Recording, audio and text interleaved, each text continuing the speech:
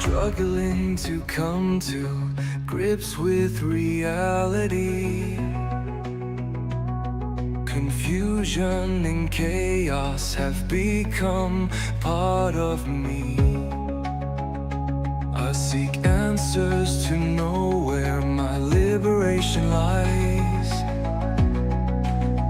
Only in peace and calmness does that clarity arise. Transmissions of wisdom bring me insights of reason. Let my mind expand to the higher states. My mortality is no longer at stake. Let me hear the wisdom transmissions. The wisdom transmissions. So many voices, so many interpretations.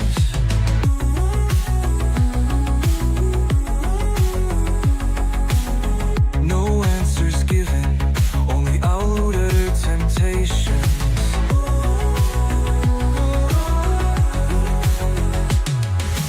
Where can I find that truth inside of me? Realization of what I am is all I'm wanting to see. Transmissions of wisdom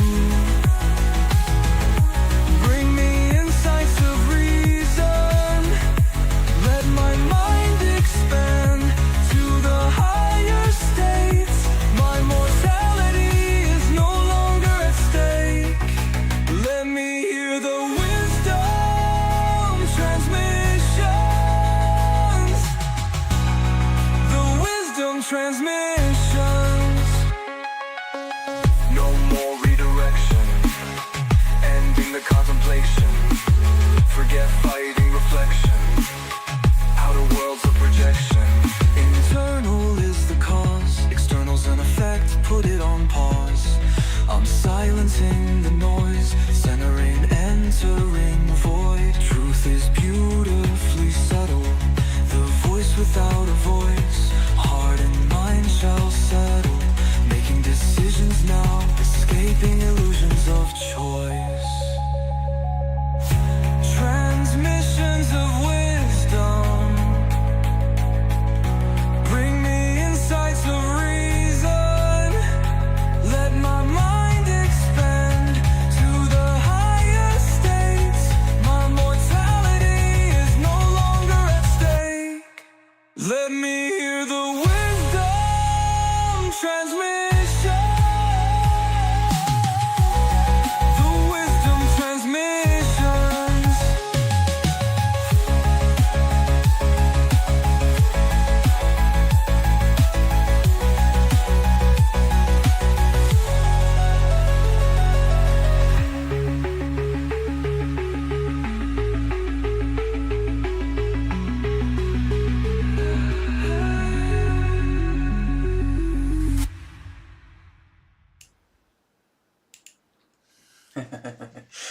Good morning, good afternoon, good evening, everybody.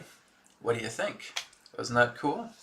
That is the first single that I've created for Wisdom Transmissions. It's actually going to be on iTunes, it's going to be on Spotify, it's going to be on many different online music networks. So this is also the announcement that I'm opening up the brand new YouTube channel, Wisdom Transmissions Music.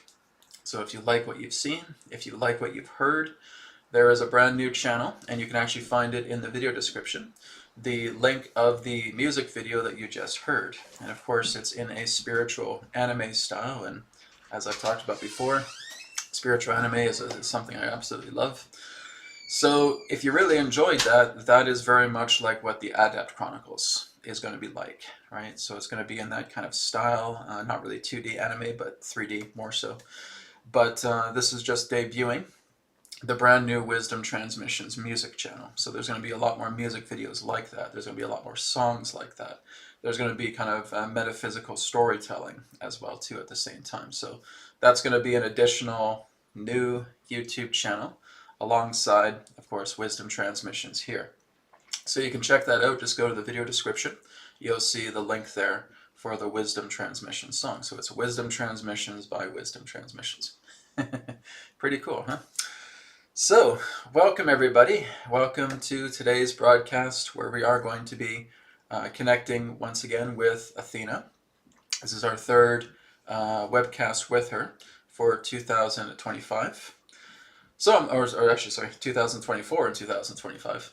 So I'm looking forward to that. I'm going to be showing you guys again how to connect with her, how to work together with her as well too, because like I said, it's kind of like how when I connect with Adronis at the same time, I'm encouraging all of you to connect with him as well too. And so as I'm connecting with Athena, I'm encouraging all of you to connect with her at the same time. Now I'm just kind of quickly glancing at the comments and questions. One of them, someone was asking about Athena being on board a spaceship. Okay, Athena is not on board a spaceship, my friends. She is in the Earth. Okay, she is part of the Delphi Inner Earth Civilization. So for those who may be confused, or people who may have been tuning into this for the very first time, when you're looking at Athena, Athena is an inner Earth human being. All right, her race is basically albino in appearance, but they exist underneath the Earth, underneath specifically Delphi, Greece, or Delphi, Greece, whichever you want to term it. Okay, that's where they reside. Okay, so they have been here for millions of years. They have watched humanity grow. In fact, I would encourage all of you who are tuning into this first broadcast, if this is your first time checking out what Athena is all about, what the Delphi are all about, please go to the previous broadcasts. Right, you'll find it here on this channel, and being able to look at it, and then you get the backstory, the history of the Delphi here. Okay, so it's going to be really, really amazing. Oh, I just love that song, huh? Wisdom Transmissions. Of course, it was not me singing, just in case you're wondering. I can't sing worth a damn, so. But I helped to write the lyrics for that song and put all the stuff together, so I'm more of the executive producer of it.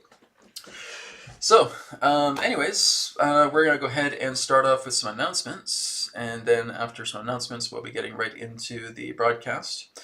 Okay, actually I do not have wisdomtransmission.com discount code, so that was from last week, so my apologies, I haven't updated that yet. But basically right now, if you go to etherics.co, you will notice that there's actually 45% discounts that are available now for all products. Okay, so go to etherics.co, it's already included in all of the products, going to the Etherics website.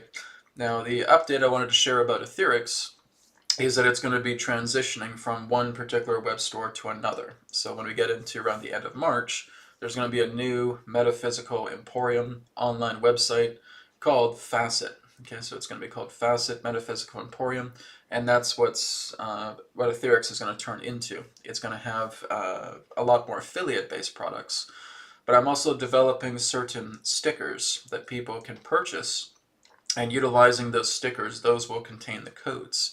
So when you have affiliate products, maybe you have a crystal, maybe you have something else, you have any of those particular stickers, you just place a sticker on them, and that particular object will immediately have all of the vibrational frequency codes that you may be quite familiar with already pertaining to Etherics.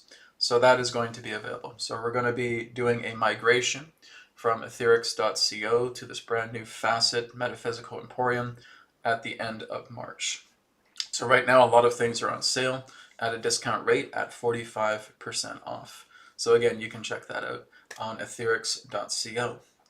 And again, I have private session bookings that I'm doing here for next week. Starting next week, I have some openings, private sessions, Akashic record readings, full body scan, 3-question by email. All of that's available on wisdomtransmissions.com.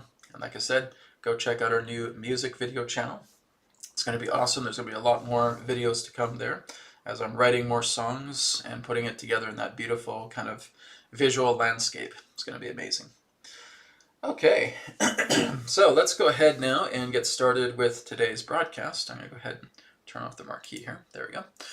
All right, so the first thing I'm going to be sharing with all of you is just the image, and this is just a rendition. Okay, I did not go into the inner earth and take a picture of Athena. Okay, and I know she doesn't usually wear whipped lipstick, but that's okay. This is just a rendition of what she looks like. It's a close approximation. Okay, So with Athena, as we're going to be connecting with her, we're going to be connecting through her through the 3 tiers. Okay, so again, if you're new to this, what that means is that as I connect with her through empathic interfacing, this is not channeling. Okay, this is what's called empathic interfacing, and I'm connecting to her through 3 tiers of connection. First tier represents more of the personal self, connecting with the physical self, connecting with the physical mind. The second tier moves much more up into the higher mind, the higher self. And the third tier moves into unity consciousness, right? And just feeling the presence of her there. That's how you know you have a very strong connection with an entity. If any of you are channeling, or if any of you are doing mediumship or anything in that nature, this is something I recommend that you do. You work together with the 3 tiers, so that when that entity, that presence, is staying with you and you're moving up into these higher loving states, then you know you have a very loving entity that's working together with you. Okay? If you don't do this, then there's chances that whatever entity you're trying to connect with could basically be an imposter. Could basically be kind of a shadow entity or something of that nature. So you want to be very, very mindful of that. And this is what I share with a lot of channelers who I've talked to over the years as well too. So I've had a lot of people come to me and say, "Oh, Brad, you know what? I'm channeling this person from this place and blah blah blah blah." Okay, well that's nice. Oh yeah, they're like a 12th dimensional collective energy. Oh, that's nice. That's great. That's nice rosy talk. But that doesn't really matter, right? Are you connecting with them through the connection tiers? Are you bringing them into your field of love? Are you lifting yourself up? Are you able to respond to them? Are they able to respond to you? Are you able to feel their presence as you're moving into these deeper loving states of consciousness? That's what matters, okay? I don't care if they're from the 24th dimension of whatever. Doesn't matter. It's about them connecting with your love field, right? Connecting with yourself in the deeper states, making sure they stay with you and they're in harmony, because if they're not in harmony, they won't be there by the time you go through the 3 connections. So that's why I put this forward with Athena. This is why I've put this forward in the past with Adronis as well too. This is my way of testing entities.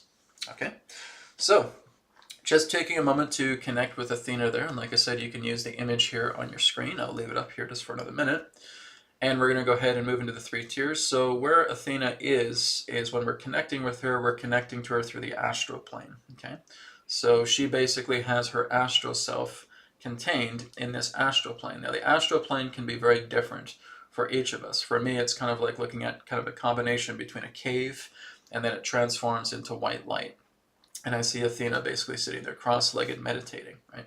That's how I see her.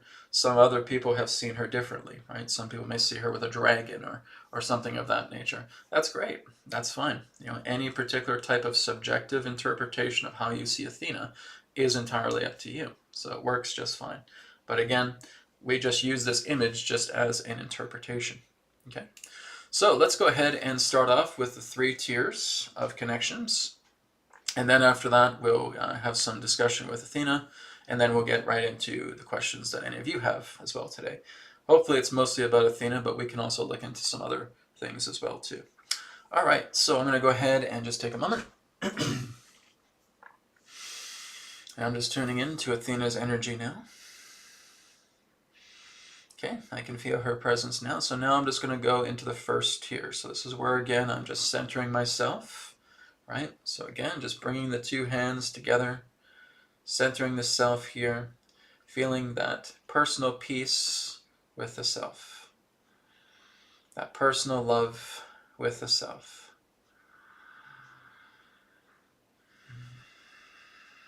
And I ask Athena, Athena, I stand in my personal power, I stand in my center, radiating this love. Are you standing within this center with me? Okay, and she's just nodding yes. Okay, very good. So all we're doing is we're just keeping ourselves contained in the center. We're keeping ourselves in our presence. We're radiating that love. It's a very soft love, but again, we're just inviting them to come into our space with that. Okay, now we're going to go to the second layer, or the second level, the second tier. Okay, so second tier is where we're going beyond the body. We're just feeling ourselves moving beyond the body. And it's like we're able to see the entire universe just as an observer. feeling every star, feeling every galaxy, and just radiating that light through us, feeling our interconnection to all things as the higher mind, as the higher self. And I say to Athena, Athena, I stand in the higher mind, I stand in the higher self, I interconnect myself to all things. Will you join me in this feeling? And she's nodding yes. Okay, very good. Just take a moment here in this tier. Okay, now it's even going beyond the mind. Now we're just going into beingness altogether. So this is where we're just following our breath. We can even Om chant if we need to. We're just following our breath as we breathe in and breathe out.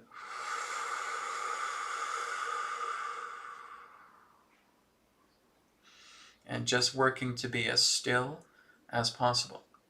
Moving yourself into a no-mind state.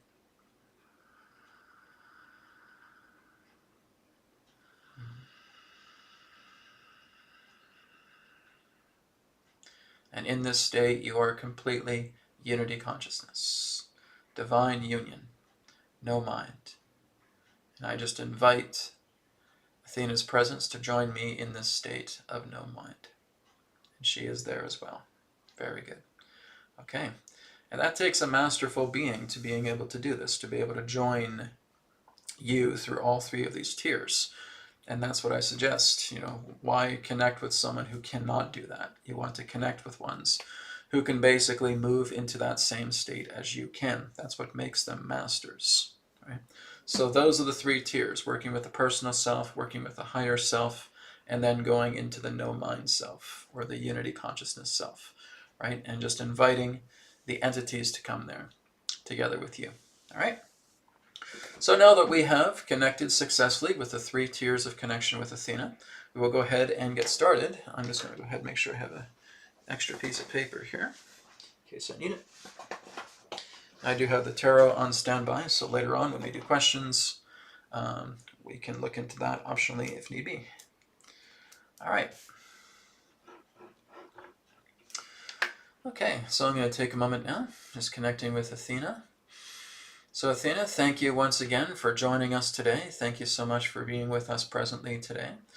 It's been 1 month since we have talked. Has there been any new developments on your side of things pertaining to the growth of your civilization or other civilizations that you're speaking to? What other particular updates do you have to share with us right now? She's basically very excited. She's saying that there are a lot of events taking ahead full pace right now. There's a lot more presence of both civilizations internally here in the Earth, and of course civilizations that are connecting around the Earth. There's a lot of discussions, there's a lot of talks, there's a lot of cementing, as it were, building new foundations across the Earth quietly right now. But I feel like there's going to be some very big revealings taking place throughout the next several months here on the Earth. A lot of revealings that may represent, again, hidden secrets pertaining to extraterrestrials, pertaining to other sentient life here on the planet, that is going to be revealed subtly. But while that's being revealed, there's a lot more foundation being brought forward here. There's a lot more interconnection between the inner Earth civilizations and the extraterrestrial civilizations. It's like we're attempting to build a brand new Garden of Eden. It's like the Earth herself is being re-terraformed into something completely new. Okay, so this is kind of the feeling she's giving me, and I know exactly what she's talking about because Adronis has talked about this as well too, about the idea that the Earth herself right now is practically being re-terraformed. She's being re-terraformed into much more of a haven, into like a Garden of Eden. And she's also stating a lot of the evil ones on your planet are not going to be in power for much longer.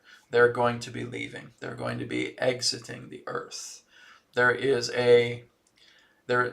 putting her hands together. There's a merging, there's a meshing that's taking place, and this is evacuating a lot of the evil ones off the planet. They are not going to hold their positions anymore. They are losing everything. More and more is being taken away from them every day. The evil ones will not be here. They will not be running your earth anymore. Everything is going to be handed back to the people. And you're going to see this as you move later on through the decade. Right? So she's telling me about the idea of that kind of migration, that repopulation that's taking place, where those who are these cabals, these dirty players, are going to be losing all of their positions of power. They're really going to have nothing left after this. It's, again, a transitional state. But even a lot of those appointed leaders in front of the scenes would basically have to play ball, or they too would leave. They would lose their positions at the same time. So there is a movement taking place. There is an alliance taking place, and this alliance is extremely vast. I would ask Athena if she's part of this alliance. She says, no, we're more like watchers of the alliance as well. We participate, but we would not, as it were, be there to wave their flag. We're here to assist, but we're not here to really join alliances. We're here just to help out. Okay, so that's really their position. The Delphi, they're aware of alliances, they're supportive of them, but they would not be part of that. Right? They're just kind of part of their own civilization. They do work together with other civilizations, but there really is no inner alliance pertaining to that. It's just the idea of community. It's no more different than having next door neighbors, and next door neighbors who are very supportive and very cooperative. We're not raising a banner, we're not raising a flag, we're not saying we're this alliance, but it's the idea of neighborly people coming together, wanting to offer help in much more just of a loving, heartful quality. And that's basically what she's talking about, is the Delphi, together with a lot of other races. Like I said, in the earth, you have other human races, you have beings that are also somewhat humanoid, somewhat non-humanoid as well too. You have insectoid races, you have reptilian races, you have other human races. You have ones in that sense that have the ethnicities of the earth at the same time. Okay, you have a lot of these different particular types of groups, and they're all just kind of being neighborly. Right? It's like the idea of just talking to your neighbor. It's like you're knocking on their door and say, here you go, here's something we can get behind together. Right? So the Inner Earth civilizations, at least the ones that the Delphi are working with to get together, they're not calling themselves an alliance, they're not calling themselves a coalition, they're just being neighbors. Right? They just want to lend a helping hand as need be, but they have their own lives to live, and they know that a lot of these things help to make the earth a better place. It's going to be the end of all of this control. It's going to be the end of all of this manipulation. It's going to be an end to all this corruption. All of this is falling apart. It's all falling apart at the seams.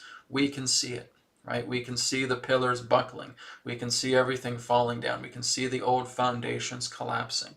That is not going to be what humanity is going to be a part of in the future. What humanity is going to be a part of in the future is interacting with their lost family. Right? We don't realize how large our family is beyond the earth. Right? The earth is, of course, a very big part of our family, but there's so much more to it. And again, they're proceeding, I wouldn't say cautiously, but they're proceeding discreetly. Right? There's a discreet proceeding here. And a lot of this has to do with kind of like the human guardians. A lot of this has to do with higher orders that don't even really have a name, right? Because there's like human guardians, and there's even higher echelons above them as well too. Everything is just being put together very neatly, very discreetly, very nonchalantly. And at some particular point, there's going to be this large red carpet that's just going to roll out, and that's for humankind. That humankind is now going to start walking on this red carpet to reintroduce themselves to their galactic community, right? Their true family that extends beyond the earth. And it's a feeling that they've been here for a very, very long time. They have been here since the day humankind came on the planet. And of course, as Athena has said, that her civilization has seen humankind come upon the planet. And so we're still a very young species, even though this has happened hundreds of thousands of years ago. We're still an extremely young species. We're still trying to figure things out. We're basically just kind of like a teeny bopper race, right? The young teenagers. We're still trying to figure things out. We think we know so much, but we don't, right? So we may advance a lot in technology, we may advance a lot more in regards to devices and so forth, but that's nothing, right? The true development of a culture is seeing how a culture works together, is seeing how there's interconnectedness, right? Interconnectedness is like a prerequisite for a great culture. For a culture that starts to mature themselves, they see themselves in everybody else. You're not fighting with each other. You're not seeing, oh, because this person is separate, they're horrible, and fighting and blaming and attacking one another. That is the sign of a, as she says, the teeny bopper culture, right? The teeny bopper civilization. The true civilizations are able to see themselves in one another. You go down the street, you walk, and you see somebody there. That person is no more different than you. It's homogeneous, right? And that's what you have to start seeing. You start seeing life in that way, that everything's interconnected, that your suffering is all part of an ego program, and that you're learning to abolish that. It's not to say that you won't go through challenges, but you're learning to abolish all of these problems that you face with yourself that keep telling you everything's separate from you, right? That's not the truth. That's a sickness. That's an illness, right? That's basically how she's saying it, is that this is an illness. This is not something that is natural to you. It is not natural to feel that you are individualized. It is not natural to think that you are separate from everybody else, that you need to blame others, that you need to fight others, that everything needs to be based in states of judgment and retaliation. That's not what it is to truly live as a harmonized being, right? And that's what humanity still has to learn. We're still young teenagers, and we still have to learn a lot of these things. Okay, so she's basically saying that there's a lot of alliances coming together. There's it's not happening yet pertaining to wanting to connect with humans to bring some of them down to the inner earth. That will happen in time, but like I said, this is why she's trying to bring this out, is saying there needs to be a maturity factor. We're really only going to be talking to the ones who have that type of maturity factor within them, who want to come down here. And she said, well, Brad's seen part of the Delphi already, and that was back in 2017. I've seen a little bit of it. I was actually going into dream time, and I went into their realm, but I got intercepted along the way. And she said, yeah, there's people that do not like humans, and they do not want human beings to come in. And she kind of says, we knew it was kind of risky, but we wanted to show you out of love what the Delphi looks like, right? And it's beautiful. It's kind of like looking at ancient Greece. It's kind of like looking at ancient Greece, because we had this beautiful garden. We had this beautiful kind of like dome-shaped structure, and of course, going beyond that, I would see farmlands just moving out as far as the eye could see. It was like looking at Sweden. It was really, really beautiful. After that encounter, I didn't go back to the Delphi because I just didn't know if it was still safe or not. Maybe I need to make another trip to the Delphi, and Athena's like smiling and say, yes, we would love to have you again. So that's how I connect with the Delphi. Of course, I haven't been drug out of my house, being grabbed a hold by one of the Delphi and taken there physically. But I have certainly had an astral visitation going to the Delphi. And from what I could see, it's magnificent. You would not be able to tell the difference if you were in the underground of the Delphi or being on the surface of the earth. It looks completely identical, right? So how their world is below is very much like what we have here on the surface. There's a sun, right? There's light. There's daytime. There's night, right? There's just these fields. It's so abundant. But like I said, the Delphi are they're kind of contained. I wouldn't say they're xenophobic, but they're just more so in the idea they like to kind of keep to their own business. But they are working together. She said, well, we're not really xenophobic because we are working together with other civilizations. But it's true, in the ancient past, we have really much kept to ourselves. So she is working together with other inner earth civilizations. And I would ask Athena, has she actually personally talked to other extraterrestrial? She's smiling. Adronis? So she does talk to Adronis as well, too. So that's quite nice. I'm just seeing if there's anybody else. She says there are other liaisons. A lot of them are very much human. You could say that they're beautiful humans. They radiate light. They're very, very beautiful. They're very kind. They're very loving. You don't really need to have a conversation with them because they already know what you're thinking at the same time. It really is just a direct relay. It's like you're just exchanging these realizations to each other.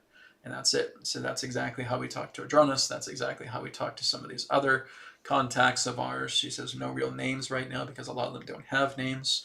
But you would find quite a few of them. Some of them are on Venus. Okay. Some of them are on our moon. Okay. Some of them are on Mars or Phobos. There's also ones that are also around the asteroid belt between Mars and Jupiter. And I call that, the Meldek asteroid belt. She says, yes, you can call it the Meldek asteroid belt, the remains of the supergiant Earth that was there. But there's a lot of civilizations contained within those asteroids because a lot of those asteroids actually have atmosphere. So you can actually have habitable asteroids throughout the Meldek asteroid belt. And there are civilizations that live there as well, too. They go inside the asteroid and they actually start terraforming it, so to speak. And there's lakes, there's oceans, there's gardens, there's farmland as well, too. There's forests inside a lot of these asteroids at the same time. So she's telling me a lot of stuff I did not actually look into a lot too much pertaining to the asteroid belts, but some of them are actually quite habitable. Not all, but some of them, quite a lot of them, are actually quite habitable, and they're almost like miniaturized planets themselves. You can actually go inside some of these asteroids, and if you went deeper inside the internal structure of it, you would see that there are actually civilizations that are living there, and there's flora, there's fauna, there's terraforming. It almost kind of looks like a miniature Earth inside a lot of these asteroids that are around the asteroid belt. And there are those there that also have spacefaring technology, right? They basically have the ability to travel. And they will also have associations together with the Earth. So that's beautiful. There's, of course, there's other ones from beyond the stars. She says we have talked to some from Orion as well, too, right? Gamma Orionis, Bellatrix. Okay. So she does talk to a few of them. Her and her people do talk to some of them. It's more so that they're actually coming in and talking to them. They're not really reaching out to the stars. A lot of these beings are actually coming and talking to them. And it's just, it's a direct communication, telepathically, empathically.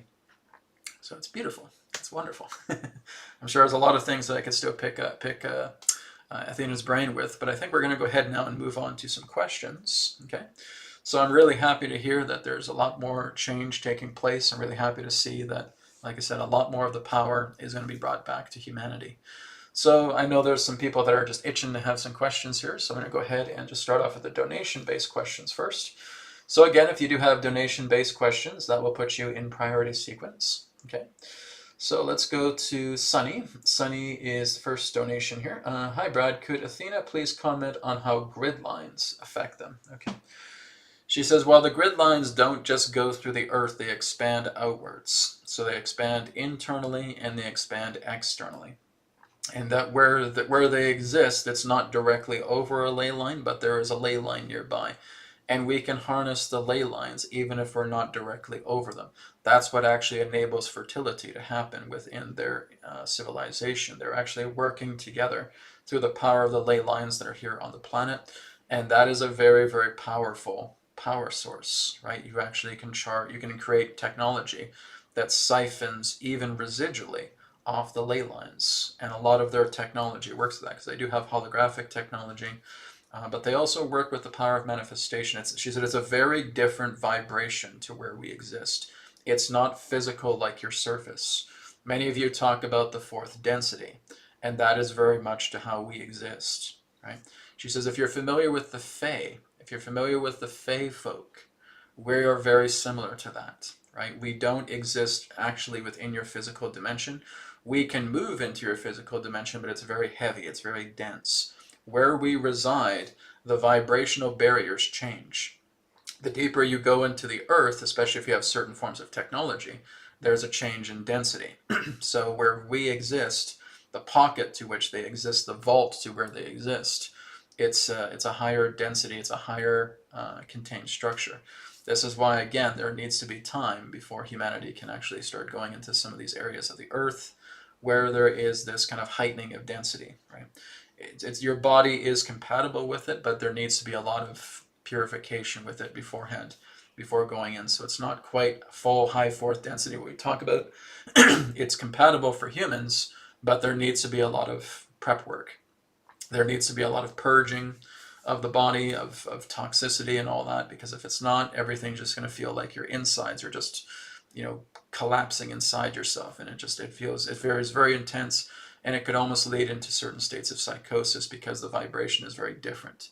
So you have to kind of prepare yourself and purify yourself to move into that particular type of realm to where they are. And it is a realm, basically, where they are. It's like another type of earth that's inside the earth. But it's very, very different. Plus, there's a lot of charge, right? The Delphi are a very, very loving civilization. They're interconnected. They see, the connection with everybody that they're around with. They're very homogeneous. And it's a very high concentrated space. And I could feel that too, just going into the Delphi. It was wondrous. It was absolutely beautiful, right? But I had to go in there astrally. Couldn't go in there physically, right? I have not had an invitation to go in there physically. So I'm planning to make another trip, another astral trip to the Delphi, see what I can see this next time. So, but yes, from what I'm sensing from Athena, she's saying, yes, we do work together with the ley lines, even though they're not directly over us, but we can work in working with the residual energy, and that's basically our power source. A power source comes from the natural power source of the earth, from that magnetism, right? From that electromagnetic field.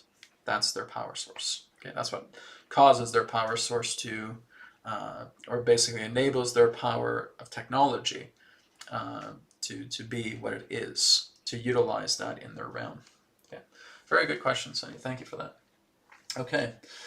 Let's go to some other questions here. We have one here from Jijo. Jijo says, "Hi Athena, could you please talk more about the Nagas? Where can we find them in South India?" She says, "No, we can't tell you that, right? We can't tell you exactly where to find the Nagas. We can't really tell you where to find these beings, because if you're not invited, you would be seen as a threat, okay? And they just simply will not talk to you." But they're all over India. It's not just South India. There's kind of areas in East India as well too. It even branches up further. It even goes around Nepal and Tibet as well too. So all over India, there's a lot of different caves and caverns. So you could say that the Naga's territory, it even goes around China as well too. So you can say India, China, Nepal, Tibet. A lot of these are Naga territories. So they have been here for many millions of years as well too. They are an indigenous race. Now, they're also kind of shapeshifters at the same time. They can also change their appearance so that they look like humans, but if you kind of look closely, you can kind of see that there's that serpent-like presence to themselves, right? A lot of people believe that Patanjali was actually a Naga who actually came in and actually started not inventing yoga, but basically giving practices, giving methods to it. That Patanjali, in that sense, was of the Naga folk, so to speak. But she says, we're not here to give you specific locations of where they are, because number one, we don't know. Number two, even if we did know, we would not tell you. And number three, it's very important that you are invited by these beings. You don't just go out and find them, okay? It's the same with any other civilization that shares this planet with us, okay? Whether it's the Sasquatch, whether it's the Nagas, whether it's the insectoids, whether it's the Delphi, whether it's the Telosians underneath Mount Shasta. You have to have invitations, because you'll never find them. You would never be able to find them if you did not have an invitation. The connection that they live, guys, it's not just looking at the idea of moving some rock aside or just pushing some earth aside and, oh, look, hey, there's a Naga. It doesn't work that way. These are realms. These are different planes. These are dimensions within dimensions. These are worlds within worlds. It will be impossible for you to stumble upon any of these particular type of beings to which I'm talking about. Sasquatch are a little bit different because they are surface dwellers at the same time. Some of them will live in caves, some of them will live deeply into the forests. So the ones that are more surface dwelling may be ones that you can bump into, but they also have the ability to conceal their presence very easily, because a lot of them are very like sorcerer based or shaman based. They're very much like shamans. They are extremely they're extremely powerful. They're extremely gifted. That's me talking about the Sasquatch. But if we're looking at the Nagas, no, you just simply would not be able to bump into one. It's by invitation only. They are extremely adept pertaining to the development of their mind, right? They can basically cast a thought form upon themselves to make it feel like you're just talking to another human being who's not a Naga at all, who doesn't look like it. But deep inside, that is who they are.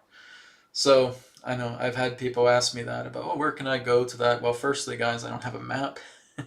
Secondly, like I said, there is basically a routine here, and you have to be invited by these beings. Right? You have to be invited by the Delphi. You have to be invited by the Naga. You would have to be invited to meet with certain Sasquatch tribes. Their level of intelligence is, with all due respect, far beyond ours right now. And they have the ability to hide themselves so well. They have the ability to conceal their realms. But they're neighbors, right? If they see you and they want to invite you, believe me, you will know you'll get invited. Right? And I know a lot of people want to say, oh, can you please just invite me? It doesn't work that way, guys. That's like going up to a stranger who's going to a birthday party and say, hey, can you invite me to your birthday party? Like, I don't even know you. What are you doing? Go away. Okay?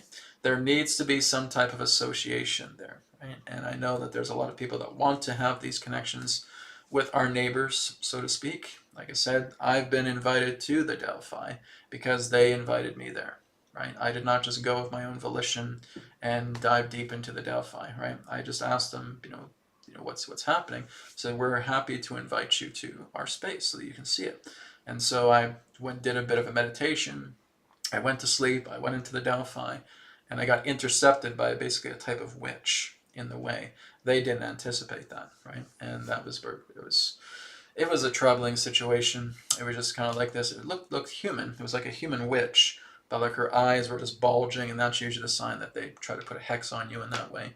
Fortunately, it was all cleaned out. I actually had a crow that actually came down and just like started scuffing top of my head when that happened. This was going back to 2017, and just started to clean myself up from that. But yeah, she said, unfortunately, there are those that dwell within the inner earth that do not want human beings coming into it at all, and there are guardians. She said, I don't feel those beings are there anymore, so we could always try again. It's been 8 years, so we'll see. So basically, as I've been told, is I can go into the Delphi at any time, right, and start connecting with them again.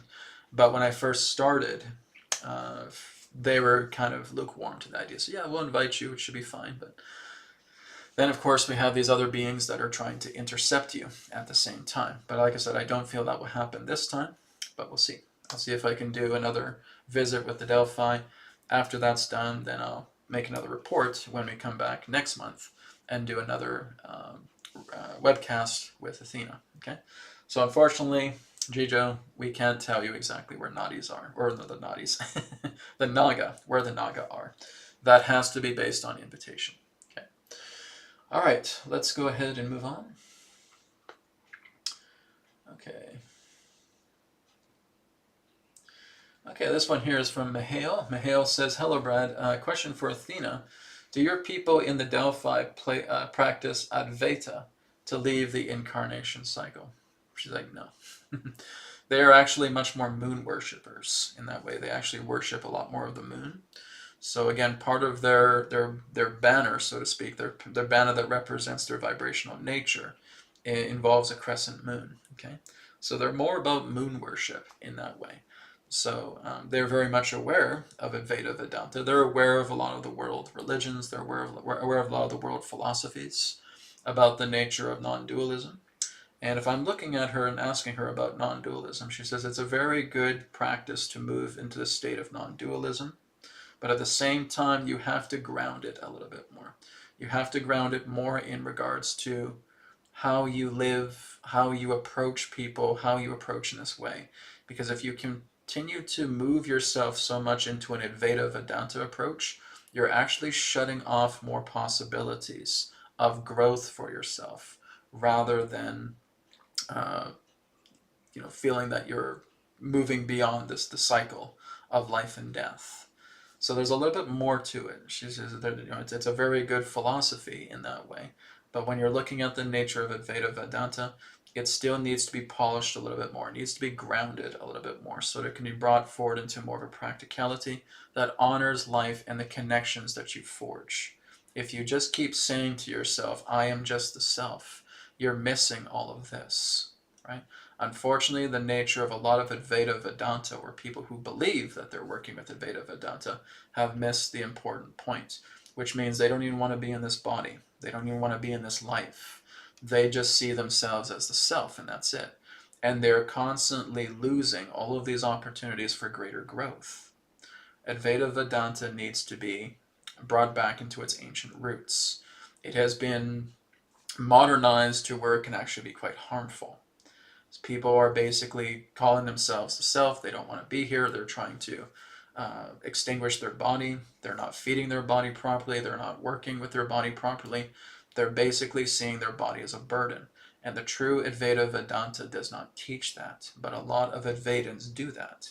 And that's wrong. Okay? So this is why she says we don't really follow that. We understand the philosophy behind it. But what's important to us is looking at this body as a support system, right? Very much like what I've been sharing as well too, right?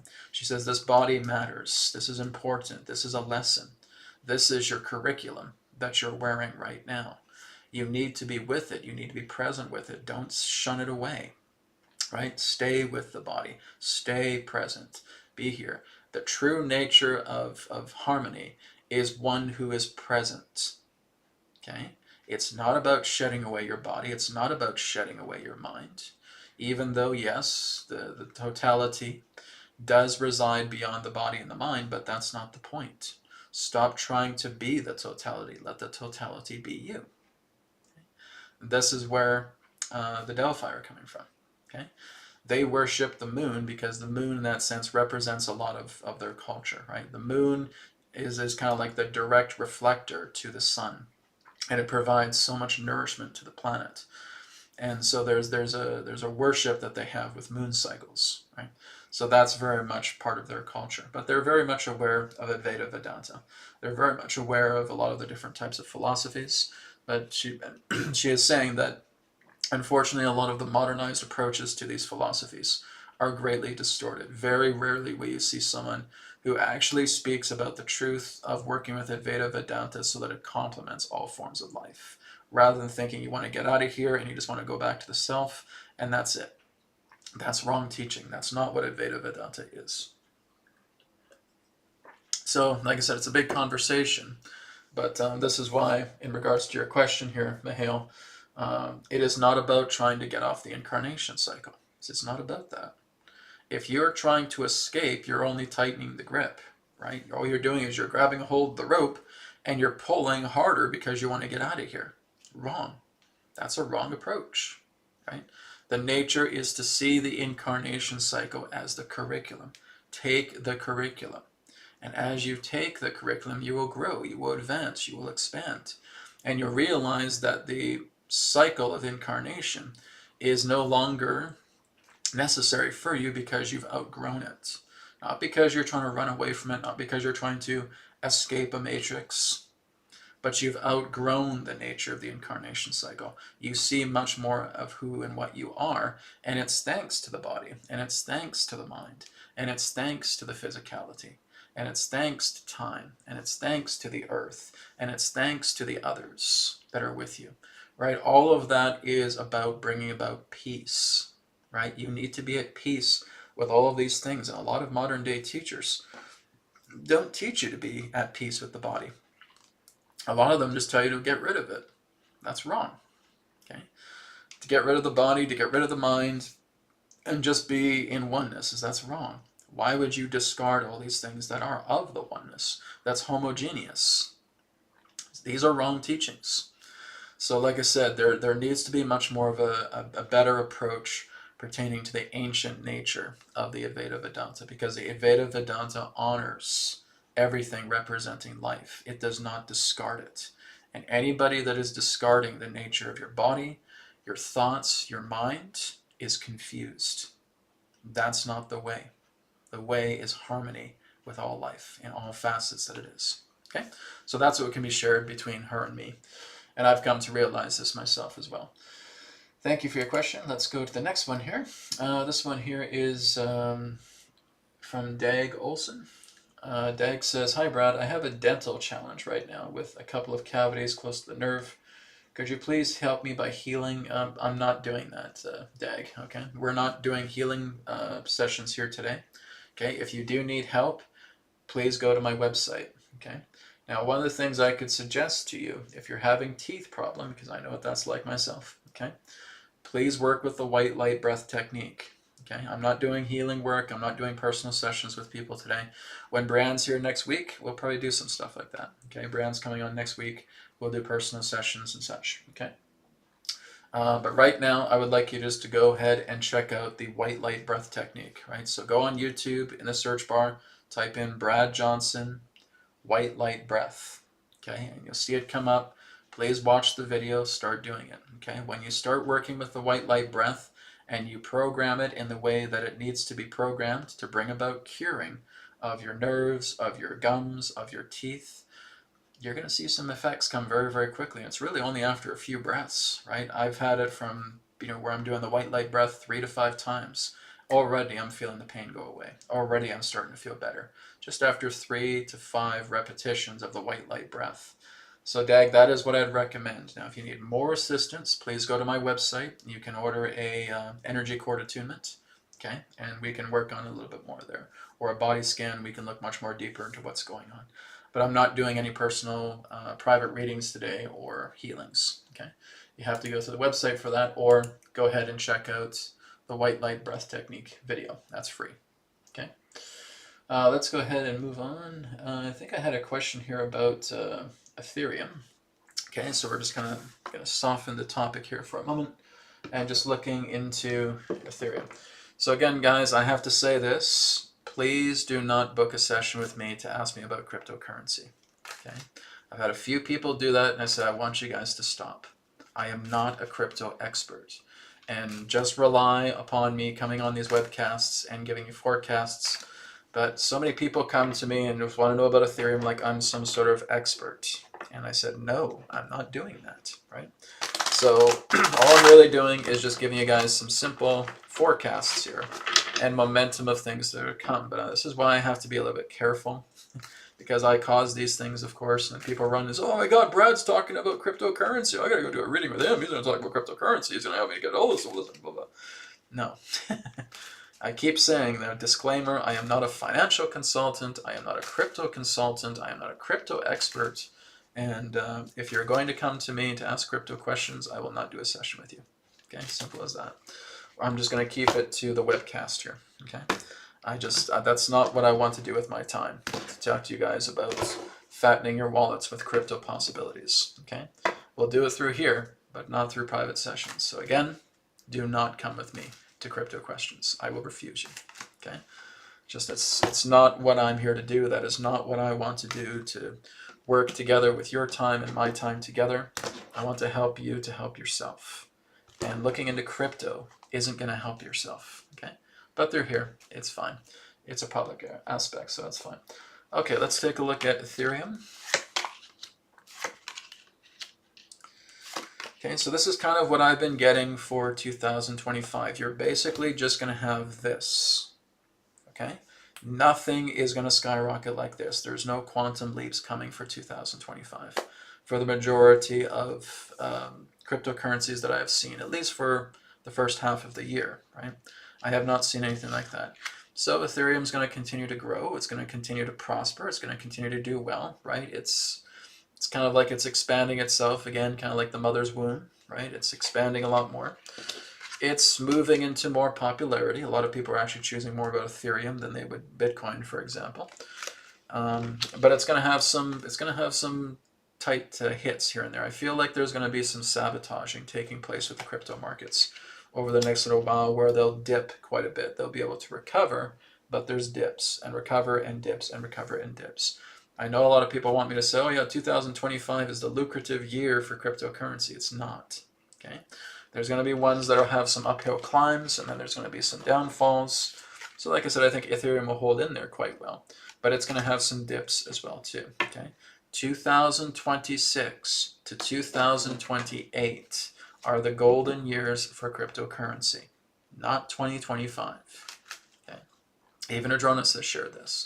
So I know a lot of people are excited about crypto. That's great. And like I said, the United States is pretty much going to be like one of the biggest crypto capitals of the world. And a lot of people will want to ask those questions. Like it's no more different than asking a stock market question. And I said, guys, I don't deal with the stock market. I don't deal with the stock market. I mean, I do have crypto myself. But like I said, I'm just giving you guys energetic momentums. This is not in any way guarantee. This is not writing on the wall that what Brad says here goes, right? These are just predictions. These are just forecasts. So that is really what I see for a majority of crypto is like this. Okay? That's what it's doing. It's bobbing in the middle of the ocean right now. It's like a ship that's just kind of bobbing right now. It'll go up, it'll go down, it'll go up, it'll go down. Okay? There will be opportunity for a lot of crypto to build themselves here in 2025, but they are not going to have quantum leaps of, making millionaires within 2025. And I think, unfortunately, a lot of people are telling others that, thinking that there's going to be this huge merger that's taking place and people are going to be millionaires by the end of the year. No, that's complete crap. Okay, that's not what I'm getting at all.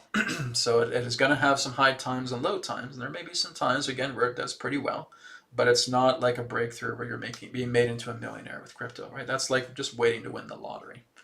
And these cryptocurrencies need to take time to build themselves up. They're going to go through rough waters. They have to go through the trenches as well too. They're going to get hit quite a bit. It's such a competitive industry. There's so many cryptocurrencies, right? So if you're looking to get rich from cryptocurrency, I hope you have hundreds of thousands of dollars to invest into it. If you're going to basically putting 20, 50, $100 into cryptocurrency, don't expect yourself to be a millionaire, okay? You need to invest hundreds of thousands if you expect to actually go into the millions, right? So Ethereum certainly has a lot of momentum, but I don't see it as having a quantum leap this year. That's just what I'm getting, okay? Anyways, let's move back to Athena. I'm just taking Athena-based questions right now. Okay, so here's one from Alina. Alina says, could Athena talk about why deep-sea creatures are coming to the surface recently and whales are beaching? It's related to the earthquakes. She said there's a lot of shifts that are happening around the Earth. In fact, there is a lot more tectonic shifts that are happening much more internally in the Earth that even our instruments aren't able to really pick up. There's a lot of movement taking place. And she says it's true. When you look at the deep ocean, you are looking at Leviathan-like creatures, giant squids, giant leviathans that do exist underneath there, that are even much more larger than the great blue whale. Right? There's a lot more creatures that exist in the interior of a planet, but they've formed an equilibrium there. They have to move up because there's so many changes taking place in the internality of the Earth. So they have to move themselves up a little bit more because there's a temporary inhospitability. I don't even know if I can even say that word. It's inhospitable a little bit temporarily in the interior of the Earth. So they've had to kind of move themselves up a little bit more, and they may become a little bit more visible for a short time, but it's only for a short time because there are a lot of tectonic shifts. There's a lot of shifting taking place deeply within the trenches of the ocean that are temporarily inhospitable. There we go. Okay. Whales are beaching because they're losing a lot of their habitat. A lot of their habitat is no longer being hospitable as well too, and they're beaching, unfortunately. Okay, and unfortunately, this is a time of great change. This is a time of shakeup. Animals are going to lose a lot of their habitats and may end up beaching on the shore. Okay, and you may start to see leviathans, giant squids or whatever else may be there, coming up because habitats are shifting. The good news is it's temporary. They will be able to go back into the depths, but there is going to be some times where they're actually going to show themselves. And this is intentional, so humanity actually knows what type of creatures exist within the greater depths of our ocean, but also being able to help the whales, right? If their habitat is being threatened and they're beaching, then that's a call to action for us to help in the best ways that we can. Okay. Thank you very much for your question, Alina. Okay, so yeah, there's that question from Julie. Hi, Alina. Hi, Athena. Can you take me at your ship? She says we don't have ships. right? There are other civilizations that do have ships. Okay, they don't. They prefer their home. They're not running off to space. They're not going off into other dimensions or anything of that nature. They are very much content, from what I'm getting. They're very much content with their home. They don't want to leave it, right? So they don't have ships. But there are other civilizations internally that do have ships. Telosians, for example, would have spacecraft.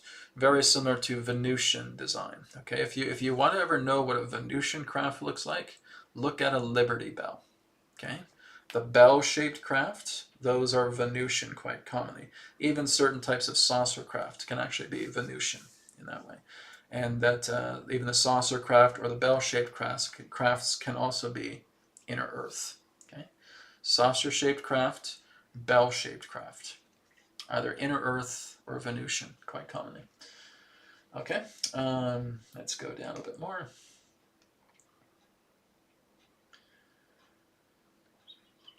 Okay, let's see here.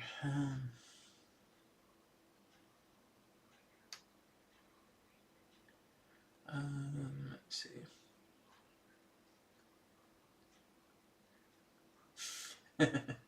Linda just has an interesting story here. She says, I had a guy who wanted to date or connect with me. He was telling me that there is no such thing as Sasquatch or they would be in zoos. The more I talked to him, he told me I must be a wacko. All right. I would love to dump him right in the middle of the forest of Mount Shasta and then afterwards tell me there's no Sasquatch. Any particular forms of skeptics pertaining to Sasquatch, I will dump you right in the middle of Mount Shasta and you tell me there's no Sasquatch. Okay. We did a tour in Mount Shasta back in 2019, and I had my students there, I had my friends there as well too. I even had kind of a peripheral experience with Sasquatch as well too. Was not expecting to have that. I didn't put any intentions in it. Neither did any of my students. None of them had any intentions to see Sasquatch. They barraged us. Okay. So basically, we had 3 Airbnbs. I was in an Airbnb, and we had quite a few students, and they were in separate Airbnbs. And there's a friend of mine, Daniel. He was actually helping me to make the inbound interception. And his group was in a particular home, kind of nested in the woods of Mount Shasta. And one night, there's basically several Sasquatch that actually came right up to his front door, started banging on the door, started banging on the walls, right? So there was a very big house. There were some people at the back who really couldn't hear anything, and there were people at the front who could hear something. And basically it was the Sasquatches. And they were coming in because they wanted to actually make contact with us. It was very, very interesting. Even when I was in my own Airbnb, I was getting the feeling of a Sasquatch there. At first I thought it was like a mantis being or something of that nature. But as I reflected upon it, no, this was a Sasquatch, right? So I would invite all skeptics, you go stay a couple of nights in the middle of the forest of Mount Shasta, and you come back and you tell me there's no Sasquatch, right? Because, no offense, but you guys have no idea of how the world works. Okay, there are neighbors here.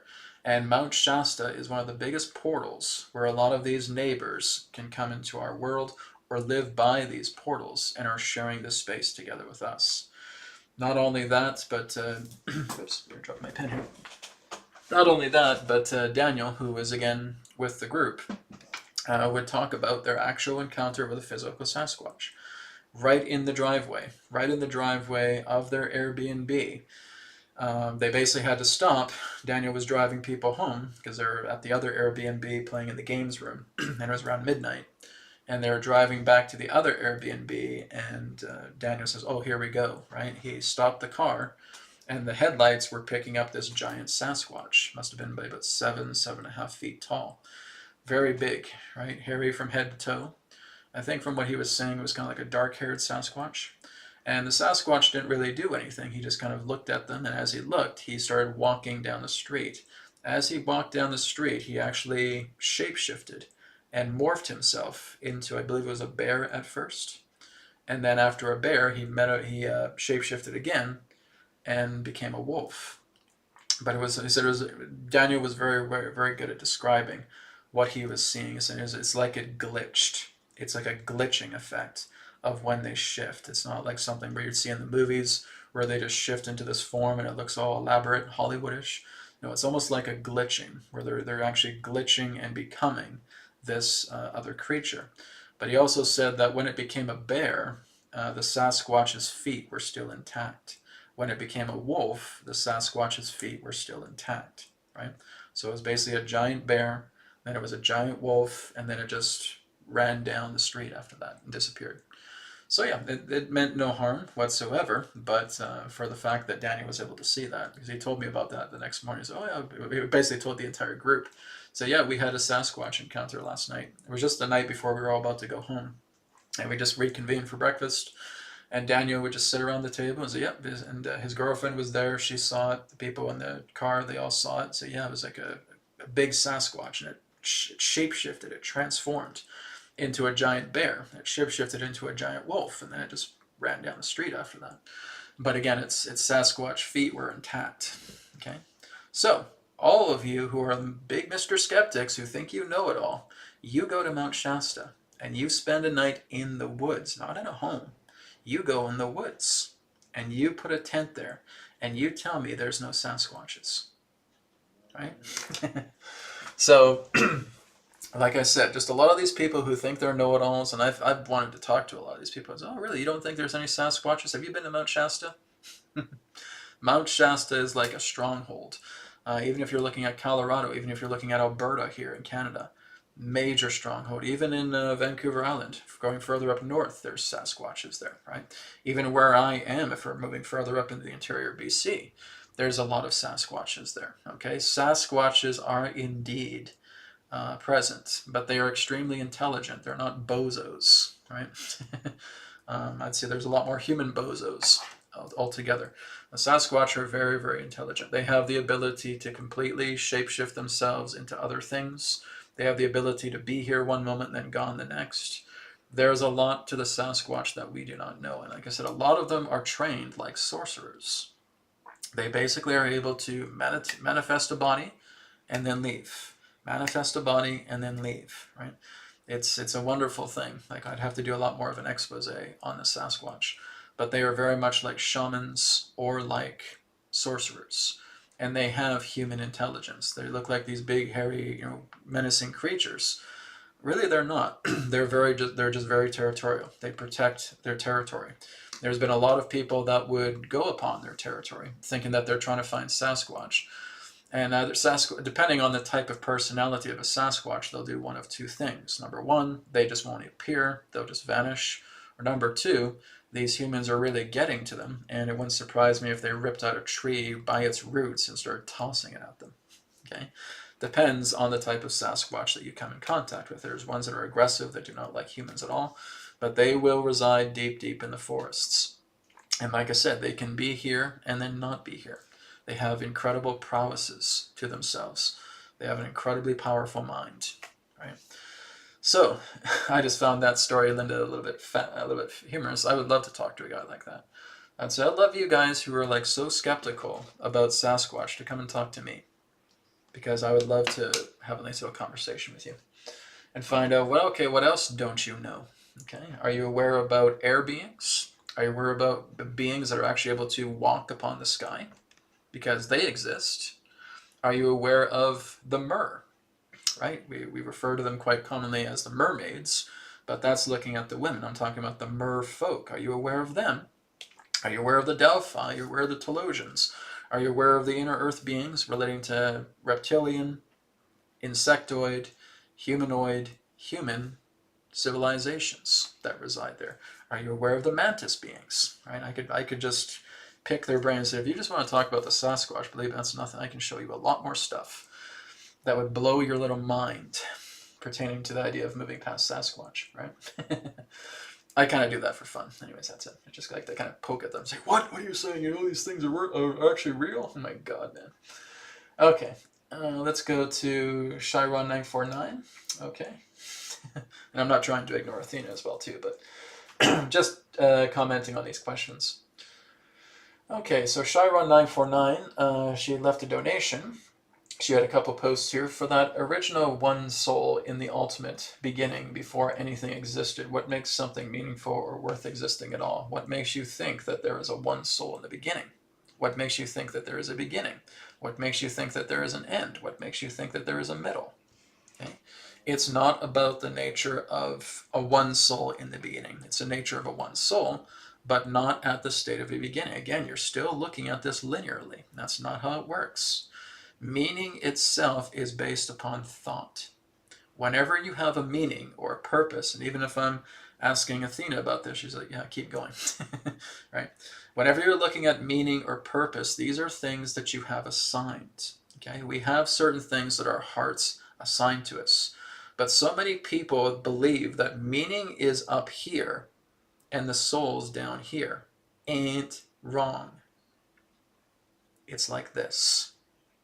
The soul is up here, and everything pertaining to meaning is down here. That's you playing in a sandbox. That's you playing in a toy box. That's you as the soul deciding to condense and move into incarnation and go and play in the sandbox and go and play with your toys, because those toys are purpose. Those toys are meaning.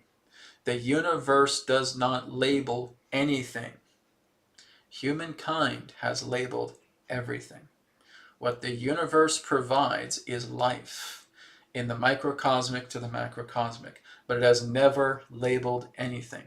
When a human's going out into the forest and they see a type of lizard there, oh, well, that must be, and then the lizard stands up, gecko, right, and then run away. No. The universe does not list anything. So the whole nature of meaning, right, is something that has been applied on a human level. It is not about meaning, and it is not about purpose. It is about nature. It is to feel your nature interconnected with everything. It is to see yourself as everyone else and as everything else. And that does not involve purpose. That involves homogeneous oneness with all that is, where you are an infinite amount of bodies, where you are an infinite amount of perspectives, where you are the entire nature of life itself. Even Jesus taught this. Even Buddha taught this. It's not about purpose. It's not about meaning. That's what you play with. Purpose is a plaything. Meaning is a plaything. Because again, for us to even assign a label to something indicates that we have to give it something to apply a meaning to ourselves. Like I said, that's us playing in the sandbox. So when you're looking at the nature of the one soul doesn't give a crap about meaning or purpose, because it is beyond that, right?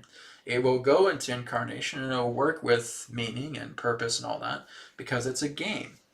As long as you're playing with meaning and purposes, you're playing a game, nothing more. Okay? I would love to tell you guys, oh no, meaning is the absolute. It's not. It's not even close. Okay? You're playing a game.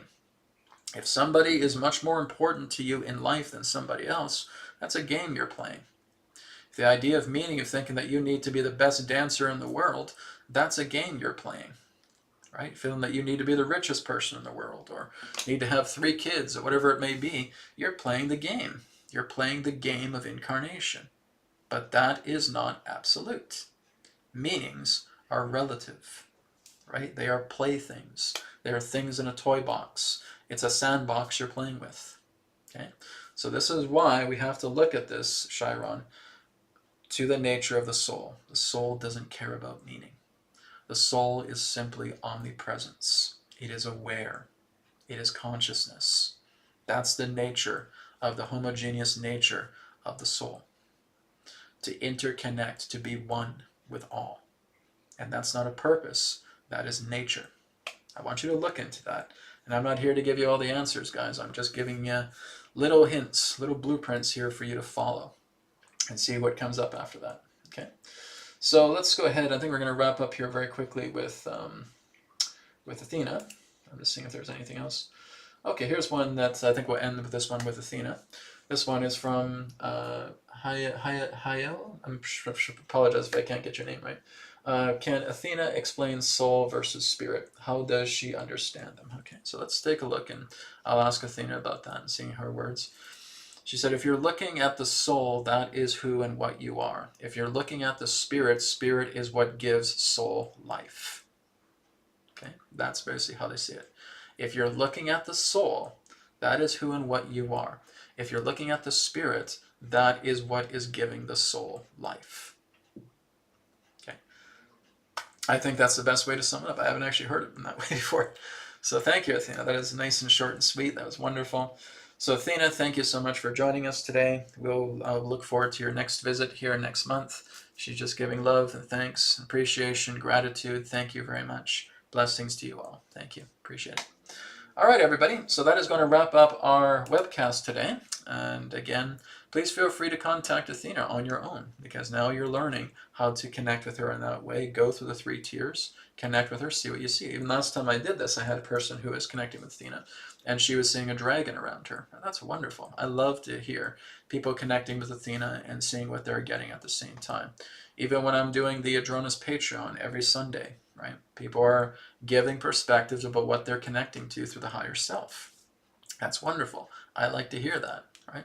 So again, you can join me on Adronis Patreon as well too. It's patreon.com/Adronis. Okay, that is every Sunday. And Adronis comes in and he's teaching a bunch of classes. So there's a whole archive of recorded videos there for you to check out. And again, you can get a 7-day free trial. Okay, that's patreon.com/Adronis. Thank you, everybody, for joining me. I think we'll do another outro with the music video once again today. And I hope you guys enjoy it. Remember to check out the Wisdom Transmissions music channel. Again, you can find the link to our music video that I'm going to play once again in the video description. Take care, guys. Blessings to you all.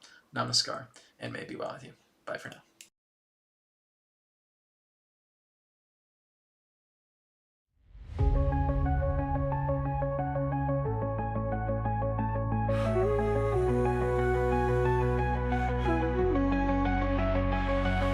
Struggling to come to grips with reality.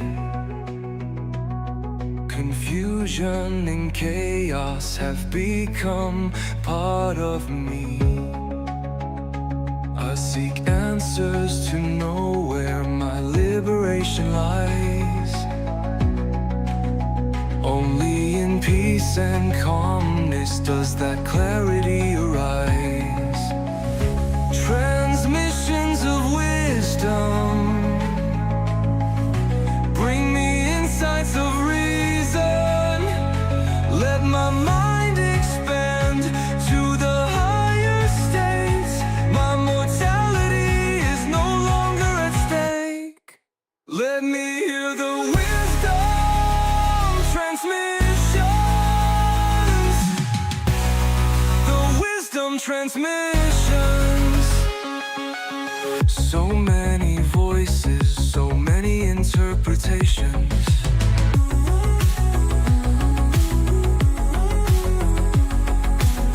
No answers given, only outer temptations.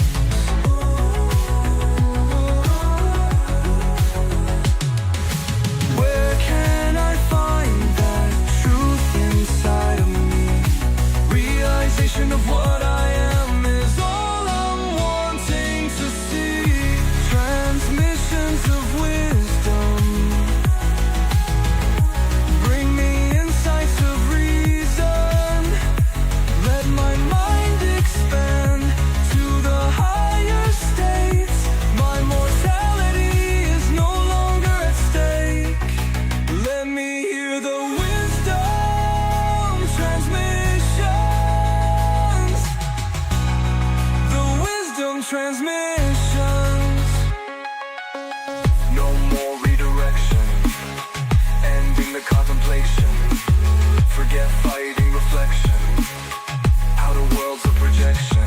Internal is the cause, external's an effect. Put it on pause. I'm silencing the noise, centering, entering void. Truth is beautifully subtle, the voice without a voice. Heart and mind shall settle, making decisions now, escaping illusions of choice.